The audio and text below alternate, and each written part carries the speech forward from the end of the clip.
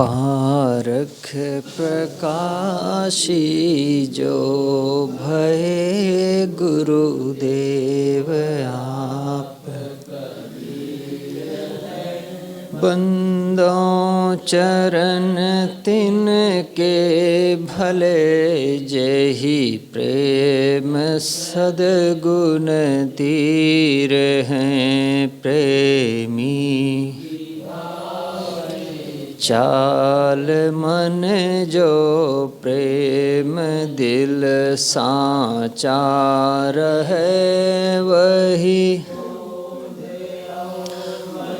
शोध गही तब प्राप्ति होए। स्थिति वह आप ही ने नाशि भ्रम मार्ग,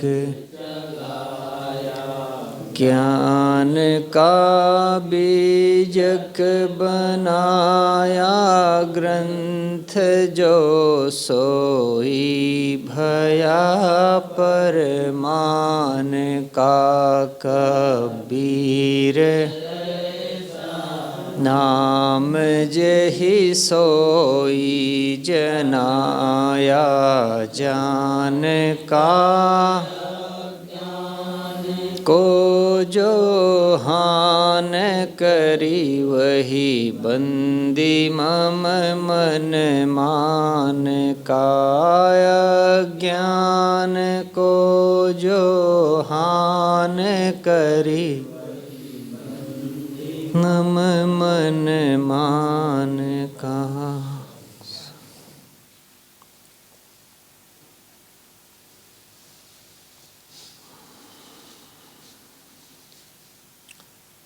रामायणी 58 को साहब ने बहुत खोल करके लिखा है। इसकी आवश्यकता इसलिए पड़ी कि त्रिज्या में श्री पूरन साहब जी ने जो अर्थ किया था वो दूसरे ढंग से अर्थ किया था। रामायणी 58 को उन्होंने मायामुख के माध्यम से व्याख्या किया, लेकिन साहब ने जब इसकी व्याख्या की तो उन्होंने इसको गुरुमुख वाणी माना, और चूंकि एक नई बात थी इसलिए उन्होंने इसको बहुत विस्तार से कहा है। कुछ पंक्तियों को यहां से कह दिया गया था।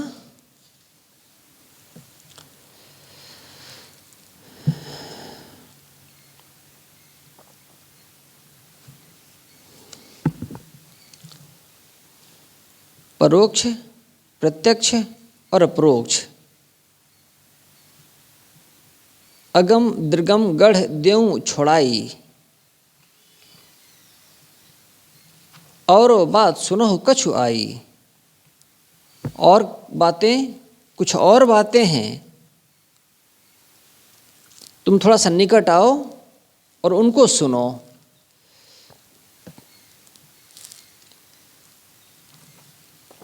तीसरी पंक्ति है, उत्पत्ति परलय देऊं दिखाई, करहु राज सुख बिलसो जाई। उत्पत्ति और प्रलय,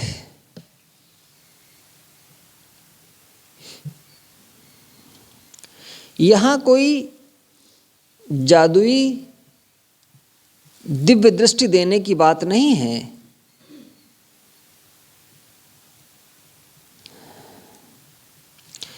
वास्तव में जब मनुष्य का विवेक जग जाता है तो वह सारे दृश्य पदार्थों को निरंतर उत्पत्ति और प्रलय के रूप में देखता है।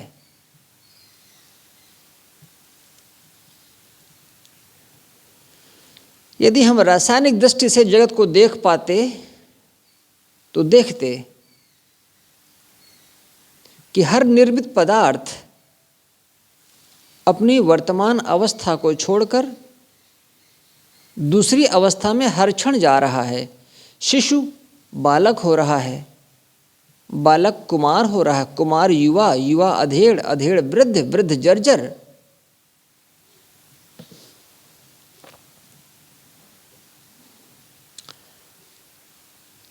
श्री गुरु ग्रंथ साहिब में कबीर साहब का एक पद है, उसमें उन्होंने लिखा है, माता बच्चे को देखती है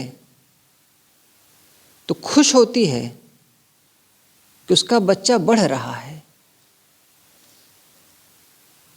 वह नहीं जानती कि इसकी आयु क्षीण हो रही है। पंजाबी में पद है।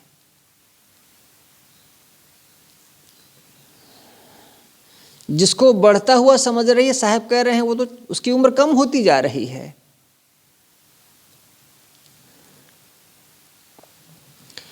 हम विवेक से देखें तो वह क्षण क्षण बदल कर ही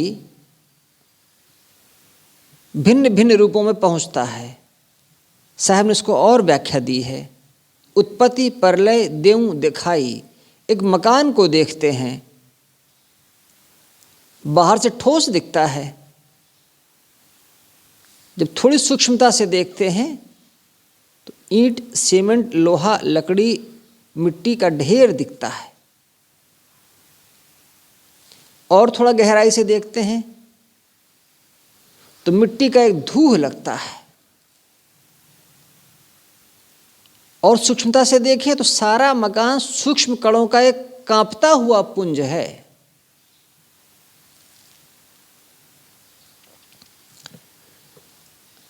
गुरु विवेक और चिंतन से स्थूलता खो जाती है।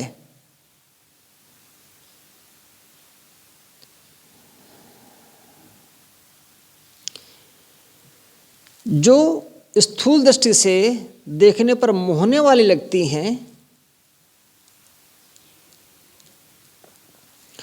जब उसको विवेक से देखा जाता है तो दिखता है कि ये तो सब कुछ बदल रहा है। साहब ने लिखा है,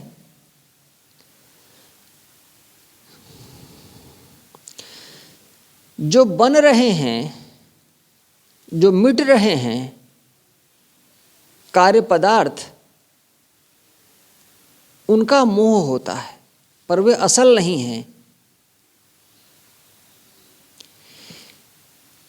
जोड़ दिखता है, वही मोहता है। जो उसकी इकाई है, वो इकाई दिखती नहीं, और इकाई ही सत्य है। उत्पत्ति प्रलय देऊं दिखाई का अर्थ साहब ने किया है कि उत्पत्ति और प्रलय को देखो, गुरु के विवेक से देखो और चिंतन से देखो। यही है उत्पत्ति और प्रलय देऊं दिखाई।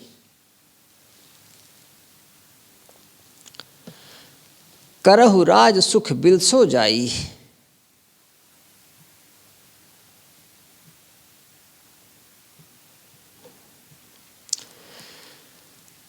सारे दृश्यों को क्षणभंगुर समझकर जो अपने अविनाशी स्वरूप में निमग्न है, वही तुम्हारा सुराज्य है। बाहर का राजकाज तो सदैव द्वंद्वमय है। यह जो आत्मस्थिति है, यही निष्कंटक राज्य है।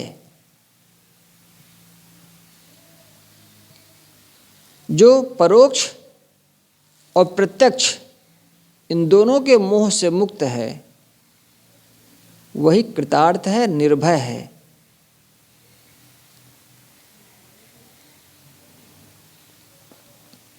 साहब जी एक बार प्रवचन करते थे अभी कुछ दिन पहले, तो उन्होंने सुबह सुबह कहा कि बुद्ध का एक शिष्य देवदत्त उनका विरोधी हो गया। उनके पास रहते रहते पहले अपना विरोध दिखाया, फिर कुछ साथियों को लेकर के अलग हो गया था। जब उनके पास रहा तो उसने उनको चोट पहुंचाने की भी कोशिश की थी। एक बार वो बैठे हुए थे किसी पहाड़ के निकट ही, तो ऊपर से जाकर के उसने एक चट्टान का टुकड़ा ऊपर से उनकी ओर धकेल दिया था, लेकिन वह शिलाखंड उनके बगल से ही गुजर गया। दबे तो नहीं, लेकिन हाँ, पैर में उनकी चोट आ गई थी बुद्ध के।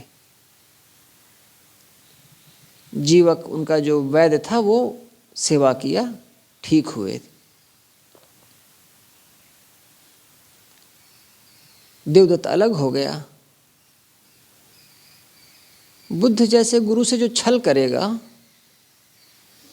उनको मारने की कोशिश करेगा, वो सुखी कैसे रह पाएगा। तो साहब जी ने बताया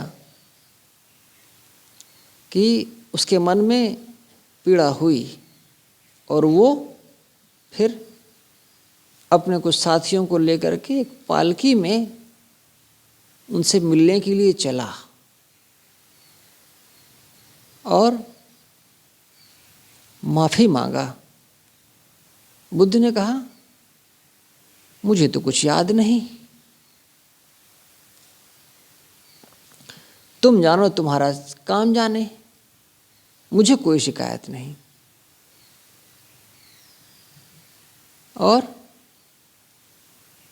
शायद खून की उल्टियां हुई थी देवदत्त को, ऐसा मुझे याद आता, कहीं मैंने पढ़ा था।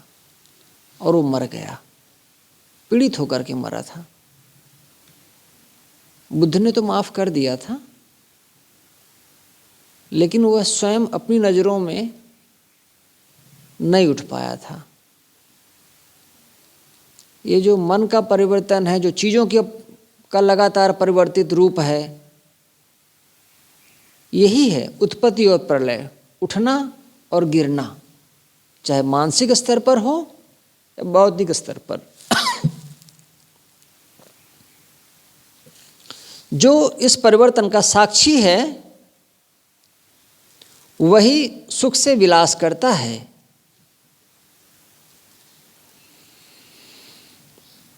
परोक्ष और प्रत्यक्ष के मोह से मुक्त होकर जो अपने में स्थित हुआ वह कृतार्थ है, निर्भय है, सदैव आनंदमय है। एको बार न हुई है बांको।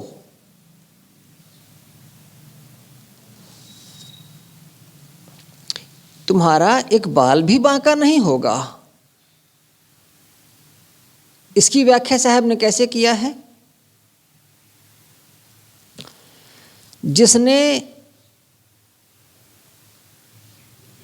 नाशवान देह आदि पदार्थों का राग छोड़ दिया है और अपने में आ गया है, उसकी इस संसार में क्या हानि है। और ये वाक्य देखें, जिसने अपनी हानि करना छोड़ दिया है उसकी हानि कोई दूसरा कैसे कर सकता है। नाशवान पदार्थों के प्रति आसक्ति रखना यही अपनी हानि करना है। अगर हमारे जीवन का केंद्र हमसे अलग कोई हो जाए, कोई व्यक्ति हो जाए या कोई वस्तु हो जाए, तो हम कभी भी अपने आप में सुख से नहीं रह सकते हैं।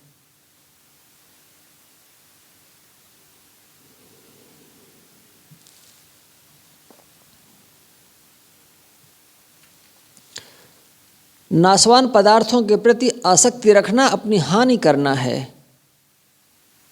जो सांसारिक वस्तुओं में आसक्त है,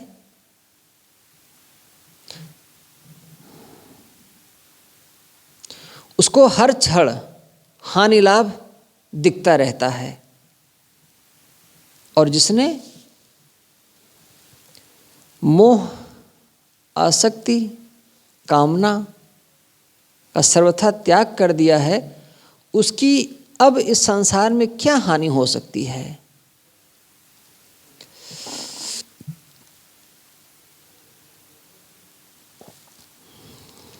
जो इसको समझ जाता है, बहुरी जन्म ना हुई हैं ताको, उसका बार बार जन्म नहीं होगा। जो अनासक्त है, जो स्वरूपस्थ है, वह जन्म मरण के चक्कर से मुक्त हो जाता है।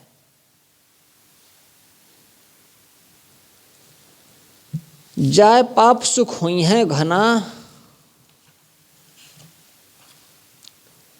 निश्चय बचन कबीर के मना।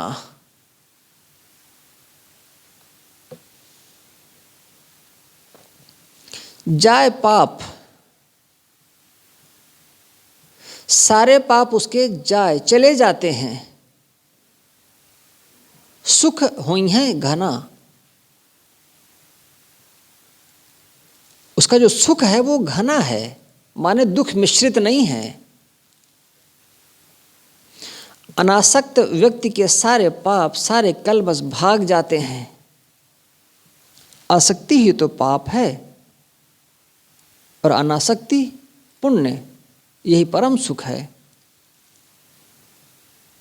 साहब ने इसको फिर से ठीक से व्याख्या दी है। संसार के जो भी पाप होते हैं वो आसक्ति के कारण ही होते हैं। जो विषयों में आसक्त है वही पाप करता है। जितना अधिक आसक्ति होगी उतना चित्त पाप करता है।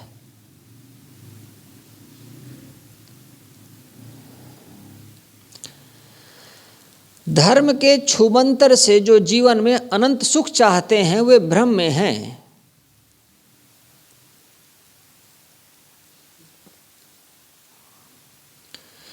आनंद से भरा जीवन सब चाहते हैं, लेकिन संसारी आदमी इसे विषयों की मलिनता में खोजता है। इसके लिए सारा छल छद्म करता है। दूसरे के हक को मारकर ही तो संसार का ज़्यादा सुख मिल सकता है, और निश्चित है कि वह सुख का नहीं दुख का रूप धारण करता है। गुरुदेव की भाषा कैसी है, तुम निश्चय समझ लो कि दूसरे को दुखी बनाकर सुखी नहीं हो सकते हो।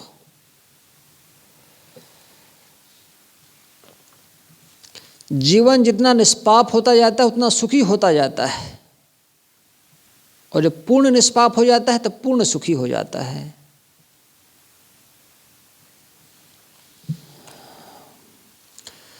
साधु संत तेई जना जिन्ह मानल बचन हमार,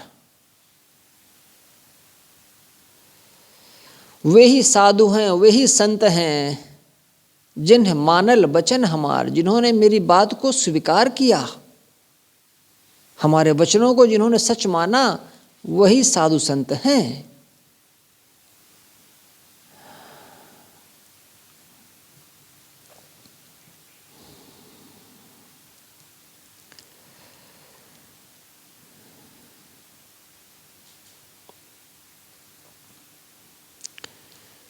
उनके कहने का अर्थ ऐसा लगता है कि वो कहते हैं वही साधु है, वही संत है जो सद्गुरु के वचनों को स्वीकारता है, जो उनके अनुशासन में चलता है, उनके उपदेश के अनुसार जीवन यापन करता है। जिन मानल वचन हमार, जो हमारे वचनों को मानता है। हमारे का मतलब गुरु। यहाँ सद्गुरु कबीर गुरु के समष्टि रूप हैं, और ये सच है कि निष्काम सद्गुरु की शरणागति, उनके अनुशासन, उनके उपदेश, उनके प्यार संरक्षण में चलकर ही साधु संत एवं भक्त सबका कल्याण है।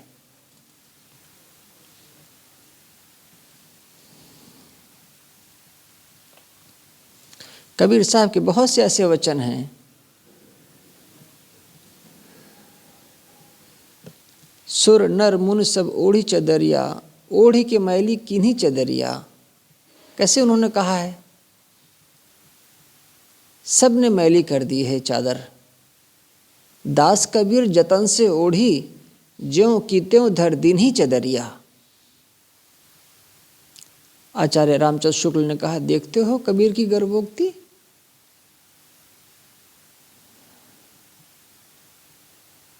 उन्होंने इसको ऐसे ही लिखा है, ऐसे ही लिया है। इसको उन्होंने कबीर की गर्भोक्ति कहा, दर्पोक्ति, दर्प उक्ति। साधु संत तेई जना जिन्हें मानल वचन हमार, जो हमारे वचनों को माने। कोई और गहराई में उतरे तो उसको समझ में आएगा कि प्रामाणिकता है, अहंकार नहीं है, दर्प नहीं है, ये तो प्रामाणिकता है। ये प्रामाणिक वचन है कबीर के, और वो सिर्फ कबीर के वचन नहीं है, वो सभी गुरुओं के वचन हैं।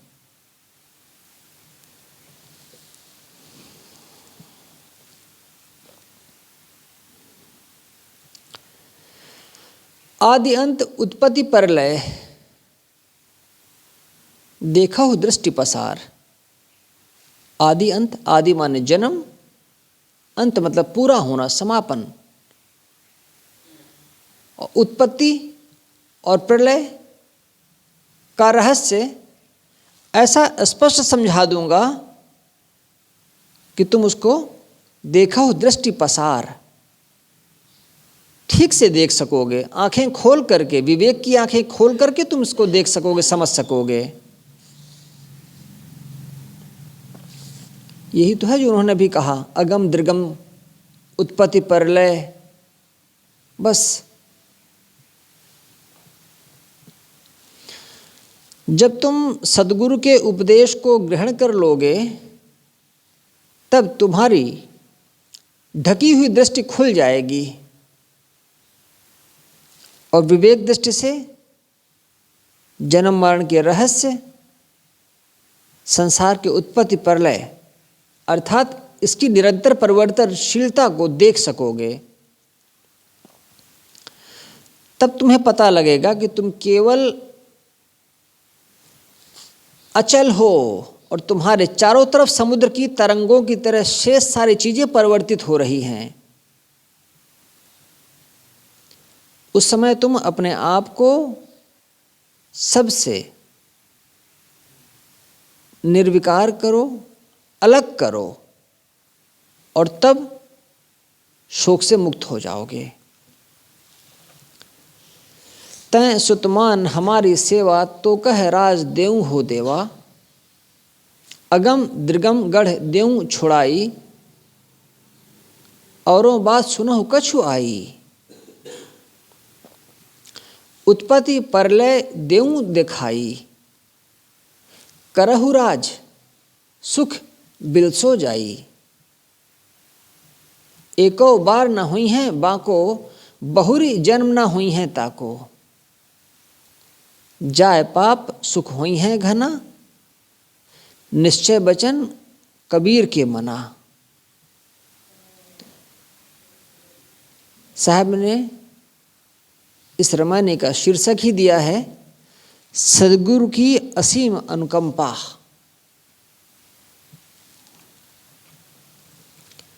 इस प्रकार ये व्याख्या साहब के अनुसार यहाँ से पढ़ी गई। निवेदन है कि इसको ठीक से मनन कर लेंगे। कठिन नहीं है, जरा भी कठिन नहीं है। साहेब बंद की वंदन है गुरुदेव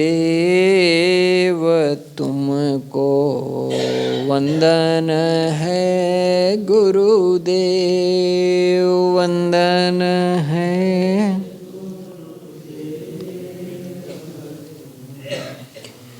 वंदन।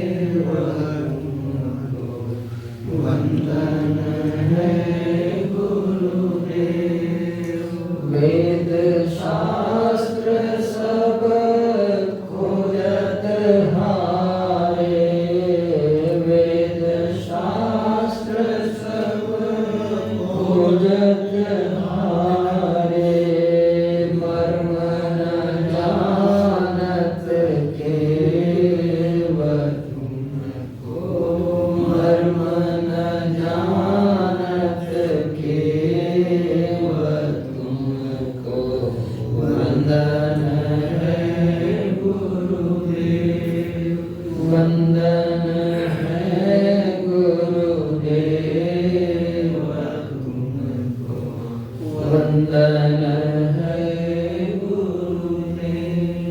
गुरु समान और को दाता, गुरु समान और को दाता, ताकि करिए सेव तुमको, ताकि करिए सेव तुमको, वंदन है गुरुदेव, वंदन है गुरुदेव तुमको, वंदन है गुरुदेव।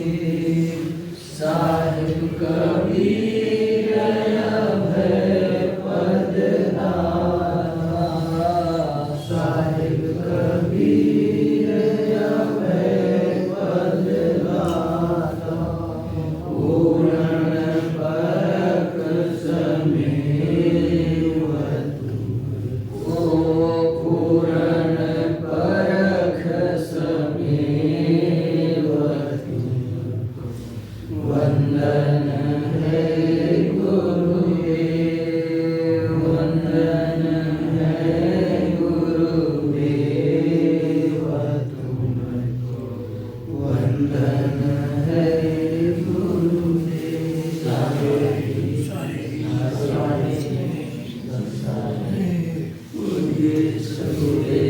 की जय, संत समाज